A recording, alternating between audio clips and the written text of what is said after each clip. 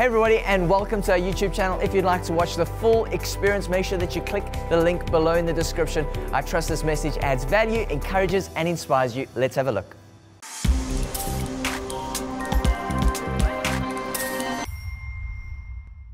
So, you ready for the word today? Look at the person next to you and go, yeah. Now, you might not know why I'm doing that. It'll come to you.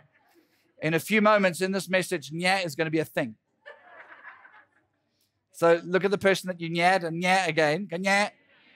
Great. And if you're at home watching online, you can go yeah too, to anyone. The cat, no, not the cat. Cats aren't worth talking to, but anyone else, you can do that. How many of you are cat lovers in the room today? Keep your hands up. Keep your hands up. Security, we can take you. Yeah, I'm also a cat lover. Cats taste great. And I'm joking. I'm teasing. They don't taste good at all. No, I'm still teasing. Just pushing buttons. We lost the rugby, didn't we? Yeah, we brought that up. Yeah. Well, those are the trials that we face in life. We own cats and we want to use rugby, and there's many trials that we face in life, don't we? And if we're not careful, those trials can be so overwhelming that they cause us to withhold or withdraw ourselves from society. They can be overwhelming to the point where we're unable, in fact, to cope with the difficulties we face. Trials are obviously something that each and every one of us face.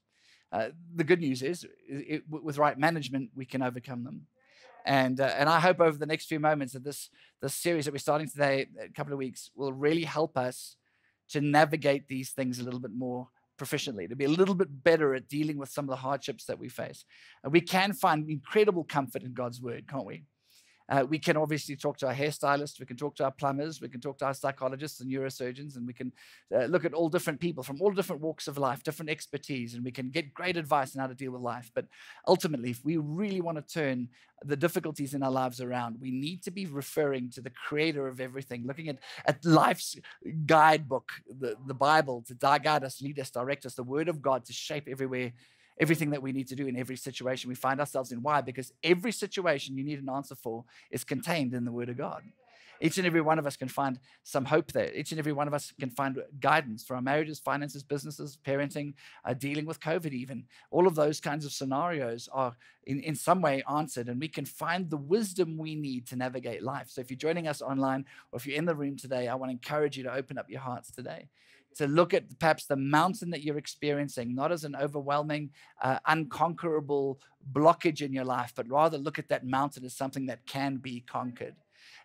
Mountains can be conquered. We all know this to be true. George Mallory, one of the great mountaineers of all time, when asked why he was going to try and climb Mount Everest, he said, because it's there.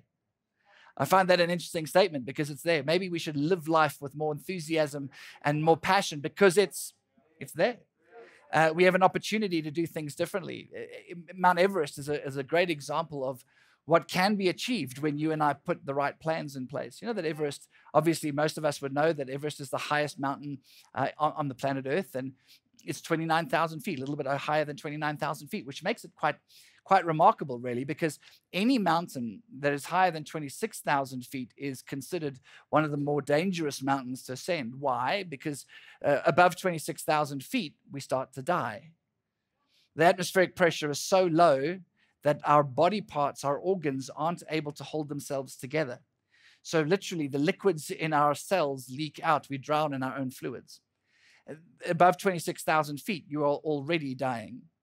Now, if you go below 25,000 feet, you stop dying that fast, because we're all dying, right? And when you go back up above 26,000 feet, you've got about 24 hours to live. So remember that Everest is 29,000 feet, so you've still got kind of 3,000 feet that you need to climb once you are in the death zone. It's quite dangerous, that's what it's called. And we see many people have perished on the mountain. Prior to 1953, 12 people had already died trying to climb Mount Everest, including George Mallory, the guy that said it's there. Well, he's also there now. He's perfectly preserved on the mountain. And others have climbed it. Well, just after that, in May 1953, Edmund Hillary and Tenzing Norgay climbed Mount Everest for the very first time. But since then, it has been climbed over 5,000 times by more than 3,000 people. It just took one person to overcome the challenge of Everest, and now others have been able to do likewise. In 1996, though, it was one of the deadliest times on Mount Everest. I don't know whether you remember that, but that was when the South Africans first climbed Mount Everest. 1996, 15 people died in 1996, 11 in one night. It was a very brutal storm, a freak storm that came in and massacred those climbers on the mountain. And in fact, one of those people that died was a guy called Bruce Herod. He was a South African photographer that was on the mission. And unfortunately, he passed away. He made it to the top, but didn't make it down. And there were many others that faced it. And when we look at these overwhelming challenges, and we look at Everest as an example of that, some of the challenges we face aren't restricted to those of us with inexperience. The people that died on that mountain were some of the most experienced mountaineers in history. They were fit and healthy. They understood the art of climbing more than most. These were the best in the world, yet some of them died on that mountain just because the trial was so unbelievably complicated and so incredibly difficult. One of those particular climbers was a guy called Rob Hall. Rob Hall in New Zealand, one of the best mountaineers of all time, he was trapped above 26,000 feet in the death zone. He got stuck up there. And I want to read to you the transcript that happened from the satellite call that he made to his wife while he was trapped in the death zone. He asked her, how are you doing? And she said this: "I can't tell you how much I'm thinking about you." Her name was Jan. "You sound so much better than I expected. Are you warm, my darling?" He said, in the context of the altitude, the setting, "I'm reasonably comfortable. I'm looking forward to making you completely better when you come home," she said. "I know you are going to be rescued. Don't feel that you're alone. I'm sending all my positive energy your way." Before signing off, Rob told his wife, "I love you. Sleep well, my sweetheart. And please don't worry too much." These were the last words anyone heard him speak. He was one of the best, yet faced a challenge that was a little bit overwhelming. Now, maybe I don't know where you find yourself today. Maybe you're facing a situation where you feel a little bit like Rob, caught in the death zone and there's absolutely no hope. Maybe you're running a business, but there just doesn't seem to be any way that you can turn that business around. Maybe your marriage is so far broken that you cannot see how it can ever restore. Maybe your health is in the same place. Can I encourage you, though, in the midst of these moments, don't lose hope, don't lose strength, don't lose courage, because there's a great question we can ask ourselves. And here's the question: is it possible to turn trials into triumph? That's the message title today. Is it possible to turn trials into triumph? Are we able to take the hardships that we're facing, the difficulties that we navigate, are we able to turn those things into something that is successful and overwhelmingly positive? Well, I think there is. God's word shows us that there are all sorts of approaches that we can take that can shift how these things pan out. And maybe we can do something a little bit different today. Is that okay? And if you're willing to press in with me, we'll go on a short journey to look at some of the things that we need to be aware of to turn trials into triumph. And a great place to start is to understand what trials are, what trials end up doing for us. Because every trial that we face can, if we let it, teach us something. Are you okay to that? Every trial we face, no matter what it is, can teach us something. And I don't for a second want to diminish the impact, the hardship, the discomfort that trials cause. But in the midst of them, there is something we can learn if we let them teach us something. And that's one of the ways we'll be able to turn around a trial into triumph. And let's start in the beginning. Here's the one thing that we learn. Number one is that they teach us to rely on God. Trials teach us to rely on God. Even people far from God who don't believe in Jesus, those who have agnostic or atheistic belief structures, sometimes when they're in difficulties, ask the question, what if? There must be more. And the reason for this is because when we're going through traumatic difficulties or hardships of any kind, we start to be a little bit reflective. We start to look at our lives, our approaches, the things that matter, things that don't. We start to analyze ourselves a little bit more. And when that happens, we start to recognize that there is perhaps more to this, that life is perhaps a little bit different to what I may have originally thought it would be. And when we're comfortable, we don't rely on God. Let's face it, for those of us who've been through good and tough times, we know that when we're going through the better times, we're less likely to rely on God than when we're going through the tough times. It's easier to rely on our strengths, our education, our upbringing, the opportunities we have, the momentum that we've created in various elements of life to go, hey, everything is just great and dandy. It's easy. I can do this and we can manage it ourselves. And it's only when it gets a little bit tougher where we go, oh, my word, maybe I need a little help. Isn't it amazing that Europe sent missionaries to Africa to help Africans across the continent of Africa to know who Jesus is? Isn't it amazing now that Africa is sending missionaries back to Europe to remind them of that? Why? Because it's comfortable. It's easy. And when it's comfortable and easy, we don't rely on God. In fact, one of the great examples of this is a guy called Paul. He was a remarkable leader. If you've ever read about Paul, he's one of the greatest leaders in the early church history, a man profoundly impacted, unbelievably so, the planet. In fact, in our New Testament, he wrote 2/3 of the letters that we read and the instructions that we read. 2/3 of them were written by Paul. But Paul didn't start off that way. He was a man that was very well educated, potentially a PhD level academic at the time. Very, very well educated. He hated the followers of Christ. He instilled a program and a methodology to arrest them, to persecute them, to have them killed even. And he had this encounter with Jesus that turned his life around. An encounter so profound that from the point that he met Jesus, he began to teach people all about Jesus all across the world. And that's what we read of today. And you'd think that Paul, this amazing follower of Jesus Christ, this amazing leader transforming the planet, you would have thought, hey, he would have had a great life, fully in line with everything that God's calling him to do. And this is the mistake we make as followers of Christ at times. We reckon, hey, if I do exactly what Jesus calls me to do, everything's going to be easy. But Paul never had an easy life by any stretch. In fact, I don't know many people who would have survived and coped and continued the workload he carried for Jesus under the same circumstances. And he says this in 2 Corinthians 1 verse 9, writing to the developing church in Corinth. He says, in fact, talking of one of his trials, we expected to die. How inspiring is that? So here's a man, Paul, going, it was tough. We were dead. I phoned and said to my wife, cheers, said to my kids, I'm out of here. It was all over. That's what he's saying. But as a result, we stopped relying on ourselves, say this with me, and learned to rely on God, who raises the dead. He learned to rely on God. Here's what's amazing. We don't intrinsically have a supernatural gift that goes, wham, I can rely on God. It's a learned skill. We can, if we choose to, learn to rely on God no matter what we're facing. So your business might be dead. Jesus can raise it. Your marriage might be dead. Jesus can raise it. Your health might be on its way to death, but Jesus can raise that. Your circumstances, the economy, the environment, people around you, God can raise everything. He can raise to life what is currently broken. And sadly, it's the comforts in life that make us forget that.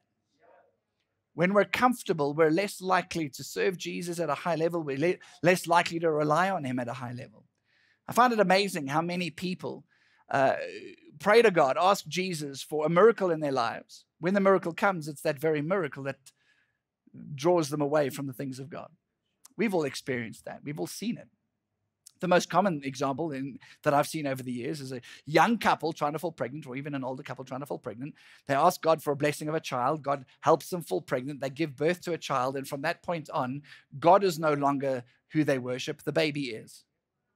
Everything is about the child. They don't come to church because it's too risky. The weather's too cold, can't bring my baby out. I can't go out for dinner with my friends because the baby's too young. But they come up with all sorts of weird things. The very blessing becomes the God that takes them away from God. And it's those blessings and sometimes those comforts that cause us more damage than good. And we need to be aware of those things. And the bottom line is that sometimes it takes a trial to help us to recognize that we need to rely on God. You help this morning? Yep. Number 2, overcoming trials enables us to comfort others. This is hugely important because trials make us compassionate.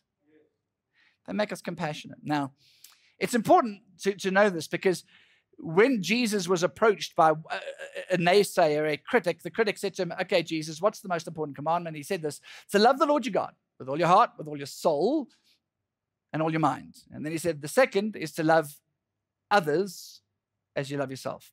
Said differently, to love God and to love people. In fact, those are 2 of our key values, to love God and love people. Why? Because Jesus told us to love God and love people. So when you and I want to love people better, it begs the question, how do we do that well?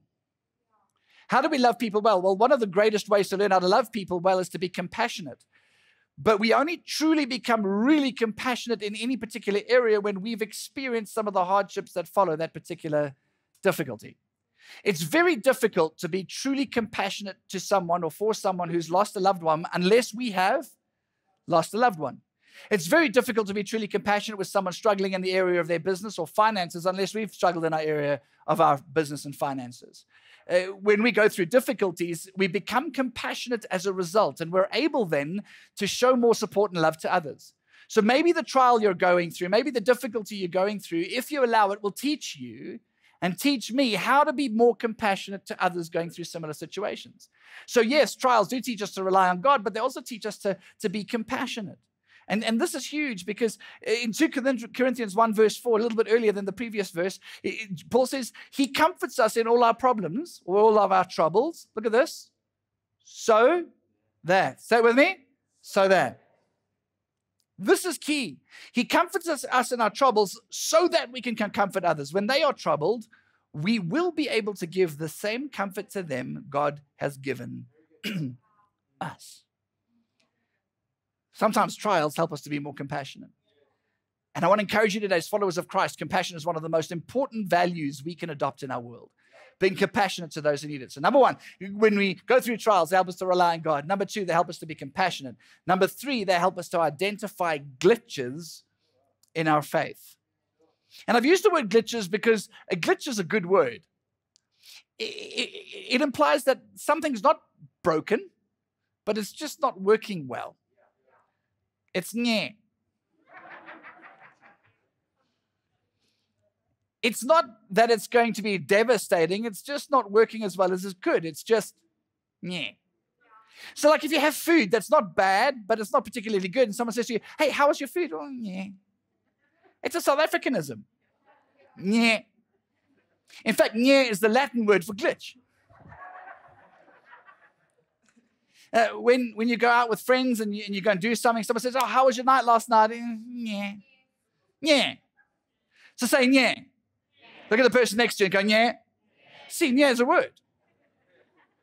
If it's really good, we go, yo. It's also a South Africanism. So what if we could turn the yeah into yo? Yeah, yo. Look at the one side. Just tell the person next to you, yeah. Look at the other side, yo.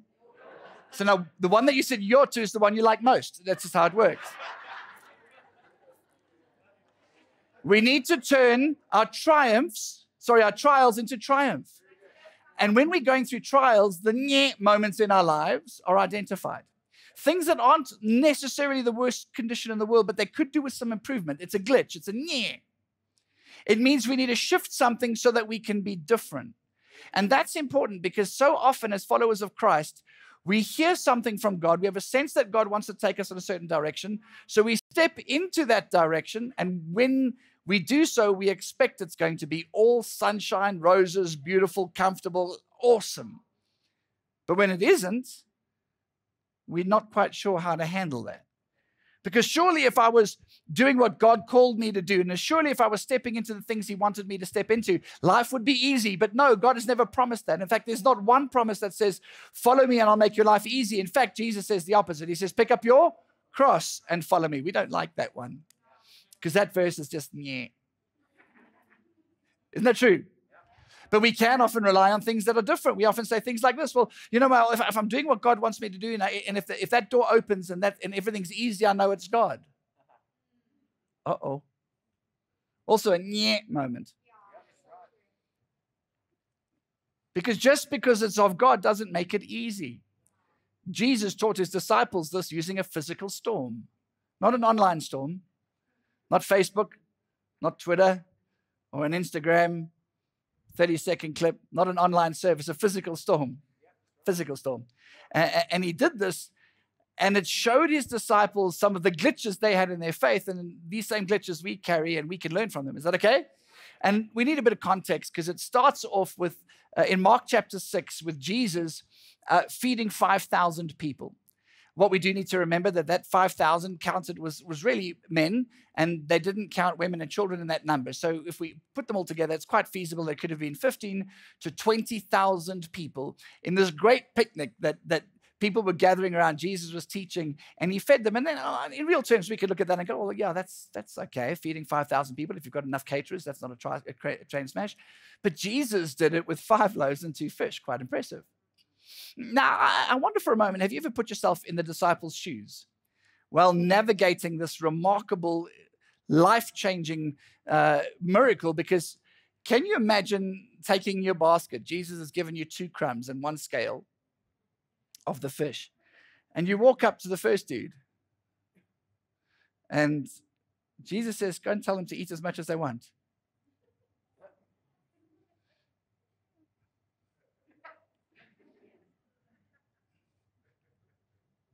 Take as much as you want.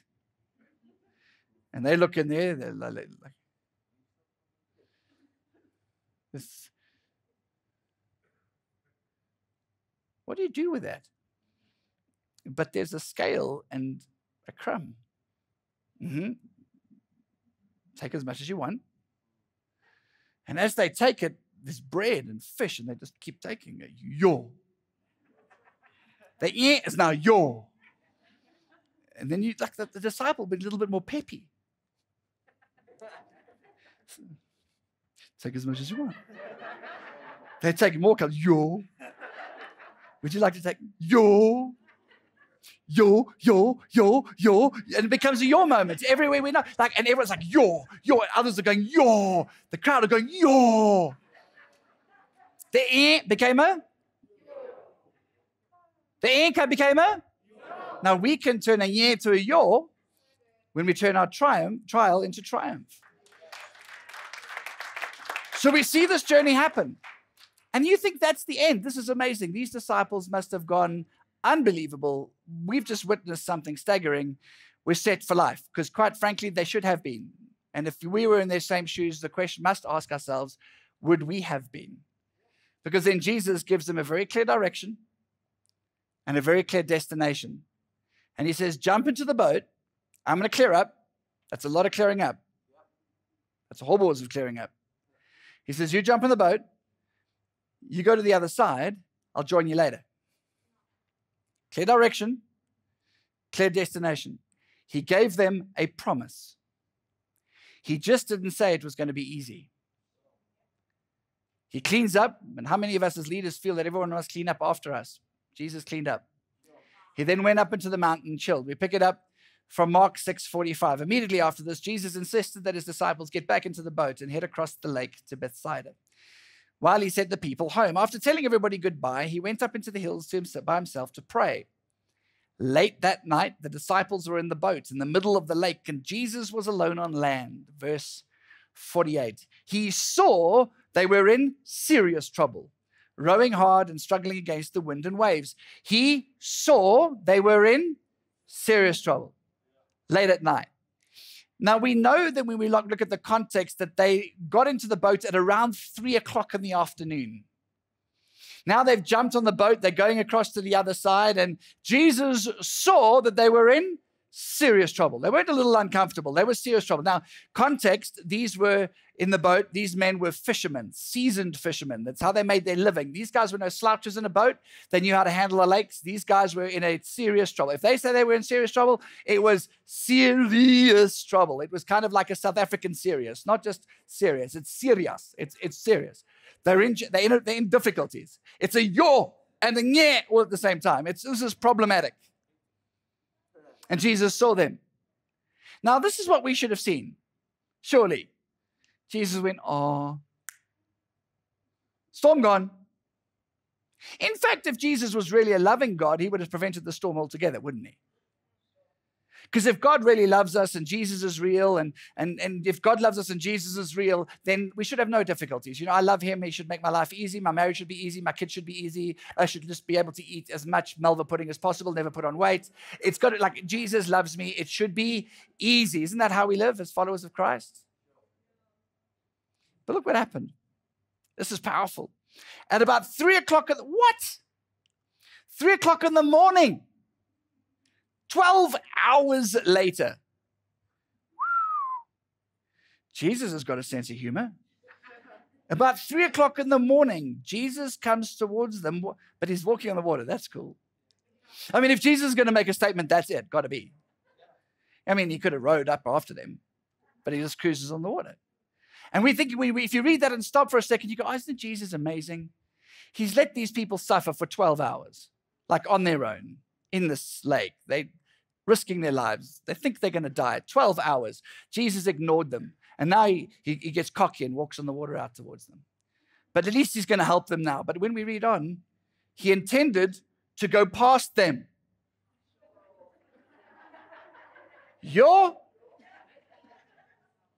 Now think about that for a moment.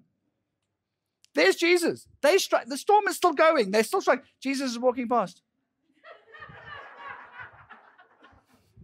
He's not even going to help them. He's going, I gave you a clear direction. I gave you a clear destination. I gave you a promise. I'll see you on the other side. But because these guys were sharp and they saw him, this is what happened. But when they saw him walking on the water, they cried out in terror, thinking he was a ghost. Like, hang on. They've just seen the greatest miracle man has ever seen. The bread made 20,000 people fed. An awesome thing happened. Now they think he's a ghost. Although, let's be honest, you and I have watched enough horror movies to also think potentially that could have been a ghost. How would we have responded? It's exactly how we would have responded. But Jesus spoke to them at once. Don't be afraid. He said, take courage. I am here. He then climbed into the boat and the wind stopped. They were totally amazed, for they still didn't understand the significance of the miracle of the loaves. Their hearts were too hard to take it in. The great picnic over, Jesus cleans up, sends them with a clear direction and a clear destination. And in the midst of this, he didn't say it would be easy, but he did give them a destination. He said, I'll see you on the other side. Jesus has made promises to each and every one of us to see us on the other side. Yet in the midst of the storms, in the midst of the trials, in the midst of the difficulties, we forget the promise in the first place. So it's a bit rough for us to criticize the disciples, because what the scripture is teaching us is that the disciples didn't figure out that the miracle of the loaves was all about God's provision. That God will always provide, no matter how hard it gets and how difficult it is. He is the God of provision. In the midst of their discomfort, he would give them a way. He'd provide them safe passage. It just doesn't need to be easy. So we picked up some glitches in their faith. Here's the first one. The first glitch that we often find in difficulties is that we feel that trials are a punishment for being off track. Being off track is not an indication necessarily that God is going to punish you with a trial. Just because you're going through a trial doesn't necessarily mean you're being punished. This is completely inaccurate. Because by that definition, the disciples must have done something wrong. But when Jesus said, get in the boat, they did. When he said, go over to the other side, they did. They were exactly where Jesus wanted them to be. And yet they faced a trial. Trials are not necessarily a punishment. And as soon as we start thinking that they are, and believing that the trials we face in life are a punishment for being outside of the will of God, we ultimately then never take risks worthwhile. We never trust God in entirety.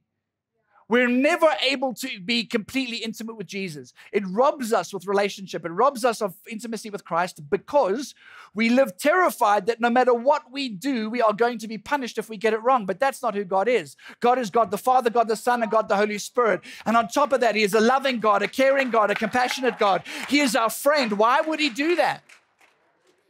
And maybe he's allowing that trial in your life to help you realize that you're not necessarily off track. And if you just keep trusting Jesus more than the results, there is outcome that will suit you fine. If we give into the if we give into the glitch that is, we are always under punishment, it'll cripple us with fear of failure and rob us with intimacy with Jesus. Glitch number one, we think that trials are a punishment. Glitch number two, we feel abandoned and alone.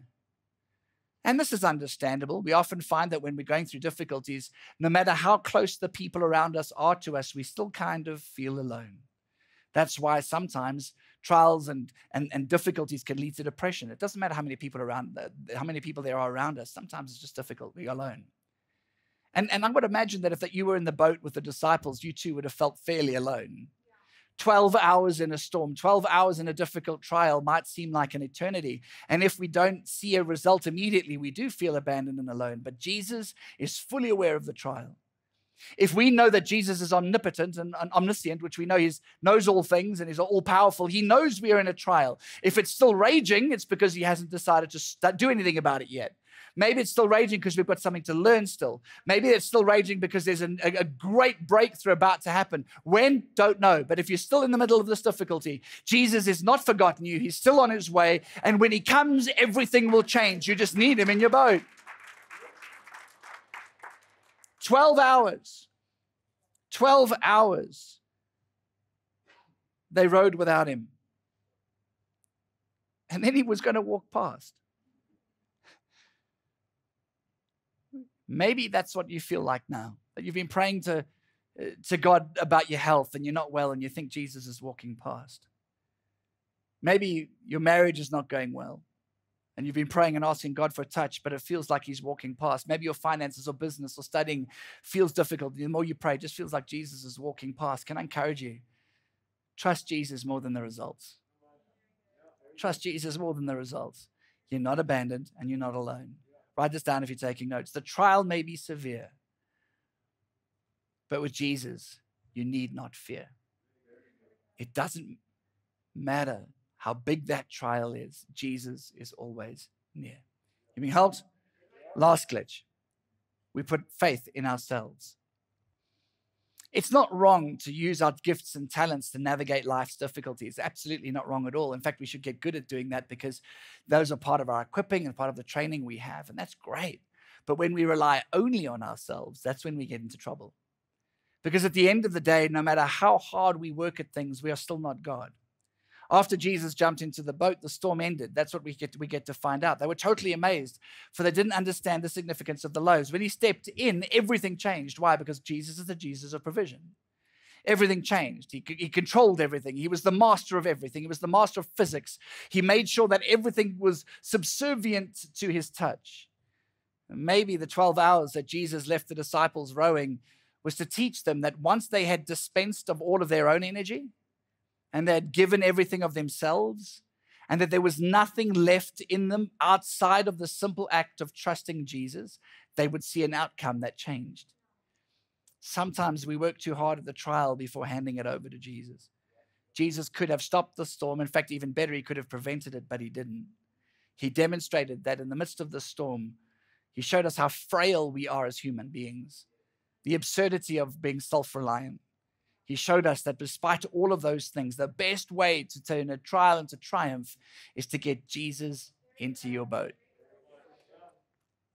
Which means we have a choice to make. We have a choice of one of two approaches, which is number 4. Choose an approach. React or respond. React or respond. The disciples initially reacted. They allowed their emotions to define the outcome of what they were trying to achieve. Their decisions were made via emotion. Their attitude was emotionally driven. Their fear was emotionally driven. Everything was dependent on this fear that they had generated or this reaction that they were engaging in instead of responding. Somehow they missed the fact that Jesus had turned 5 loaves and 2 fish into a meal for 20,000. Somehow they had missed that Jesus had said to them, go to the other side, I'll see you there. Somehow they'd missed the promise, and each and every one of us do this all the time. We miss the promise that God has given us. And it's not that it's the end of the world because there's so many promises, but it's a moment that will hold us back from being effective. Do we react or do we respond? The destination was secured. But before we criticize them for not remembering that, don't we do that? Don't we react at times? Look at the difference between reacting and responding. Reacting is emotional. Responding is logical. Reacting is impulsive, but responding is considered. Reacting leads to regrets. Responding leads to accomplishment. When we react, we make bad choices that lead to really awkward moments. How many of us have done something we've reacted, done something out of emotion and really regretted it? We find that to be true. So option one, if we choose to react, we allow the emotion of any given situation to control our thought processes and decisions. And while emotions are sometimes very helpful, they are massively deceiving. They give us a sense of how we are approaching things, but they are not a good guide. We never listen to emotions in the form of decision making. Reacting leads to bad decisions, and it leads us to wallowing in anger and blame and hurt and pointing fingers and despair and even depression. We even get angry at God and other people. We become foul when we're under the pressure of emotional decisions.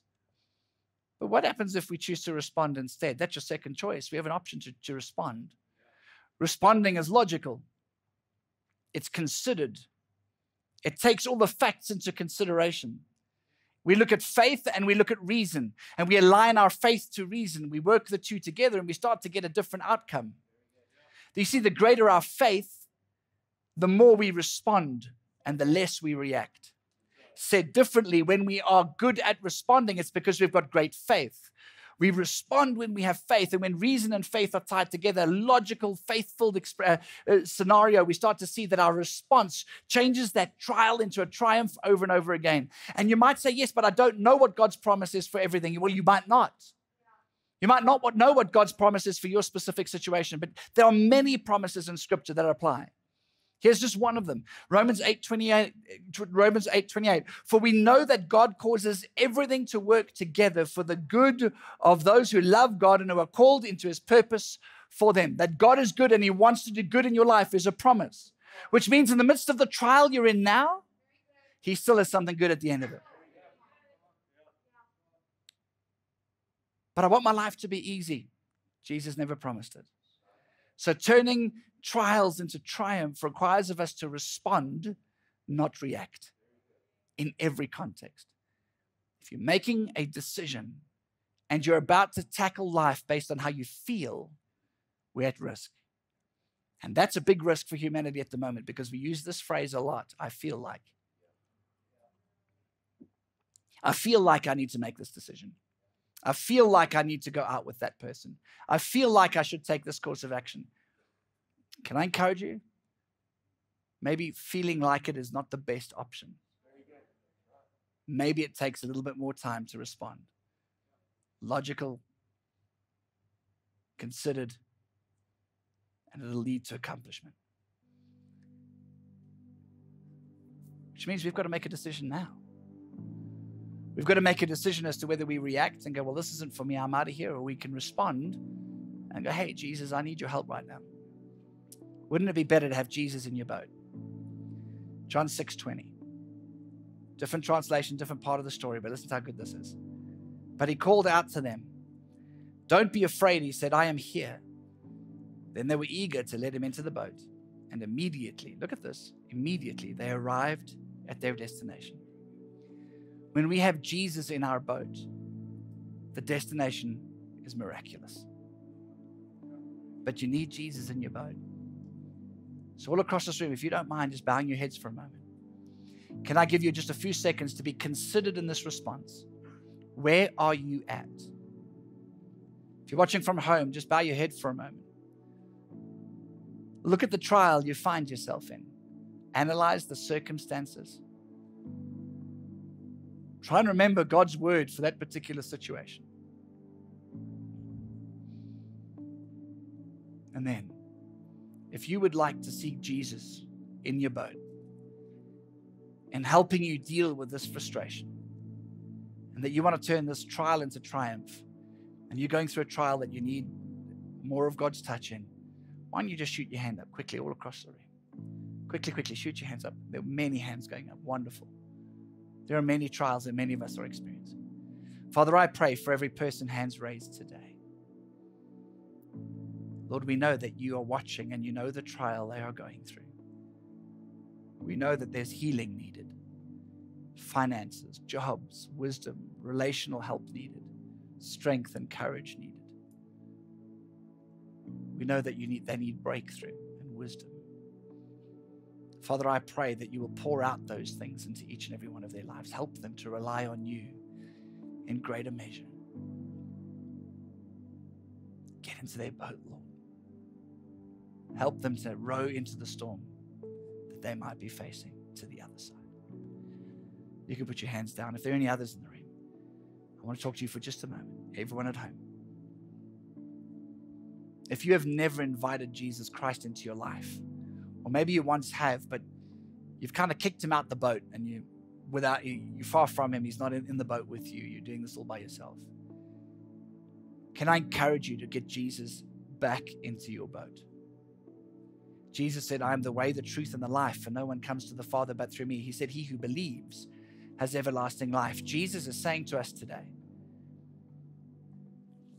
that if you want a relationship with God in heaven and you want a relationship with God on earth, it starts with the person of Jesus, and all you need to do is believe. All you need to do is believe. Believe what? That Jesus is the Son of God, that he lived on this planet in physical form, God with skin on, came in physical person, allowed the very creation he created to beat him, humiliate him, reject him, and nail him onto a cross. He died on that cross, was buried, and 3 days later, God, through the power of the Holy Spirit, raised him to life, showing us once again that God can turn a trial into a triumph. But not just for Jesus, but for all of humanity. If we believe that, our trials on earth become triumphs for eternity. Jesus said, I stand at the door of your heart and I knock, and he who hears and opens the door and invites me in, I'll dine with him and he with me. Jesus is saying, open up the door of your heart and invite me into your boat, invite me into your life. And if you're willing to do that today, anyone watching online, everyone here, if you're willing to do that today, right where you are, just in the quietness of your heart, just say yes to Jesus. Say yes, Jesus. Then there's going to be two things that are going to happen. Everyone watching online, just follow the prompts, and we'll get hold of you and help you to understand the decision you've just made. You can let us know in the comments or follow the instructions on screen. But as for everybody else here in the room, physical room, I'm going to ask if you'd like to come back to Jesus. You've said yes to him because you've drifted far from him. You used to walk with him, but you don't now, but you'd like to fix that. Or you've never invited Jesus into your life before. On the count of 3, I'm going to ask you to shoot your hand up, not to embarrass you, just so I can see your hand, and then I'm going to pray with each of you. Pray, and we're going to finish the service.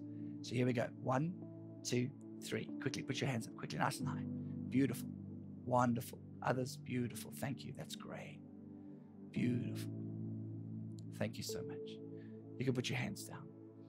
Father, we thank you for those people who raised their hands. I pray today that you'll meet with them right where they are, that they'll sense your presence tangibly. In Jesus' name. Come on, church. Pray out loud with me. Everyone in the room, everyone at home can pray out loud too. Lord Jesus, thank you for dying for me. I'm sorry for my sins. Please come into my life. And from this day forward, I'll follow you. In Jesus' name, amen. Come on, give God a huge hand. That's amazing. We hope that you enjoyed that service, and congratulations if you made a decision to follow Jesus. Why don't you send us a WhatsApp on 082 736 9668 and we'll help you with your next steps. We will see you next time.